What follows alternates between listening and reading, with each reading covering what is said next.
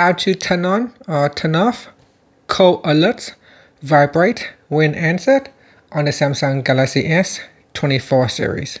First, tap on the home button to go back to the home screen. On the home screen, open up the phone application. Then tap on the More button.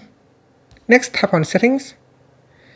Now in Settings, go down and tap on Call Alerts and Ringtone. From here, go to the Call Alerts section and tap on Vibrate when answered. So tap on the toggle button to switch it on or turn it off. When you turn this on, and when you receive an incoming call, when you answer the call, your phone will vibrate. So here I have an incoming call. When I answer it will gently vibrate. And that's it. Thank you for watching this video. Please like and subscribe to my channel for more videos.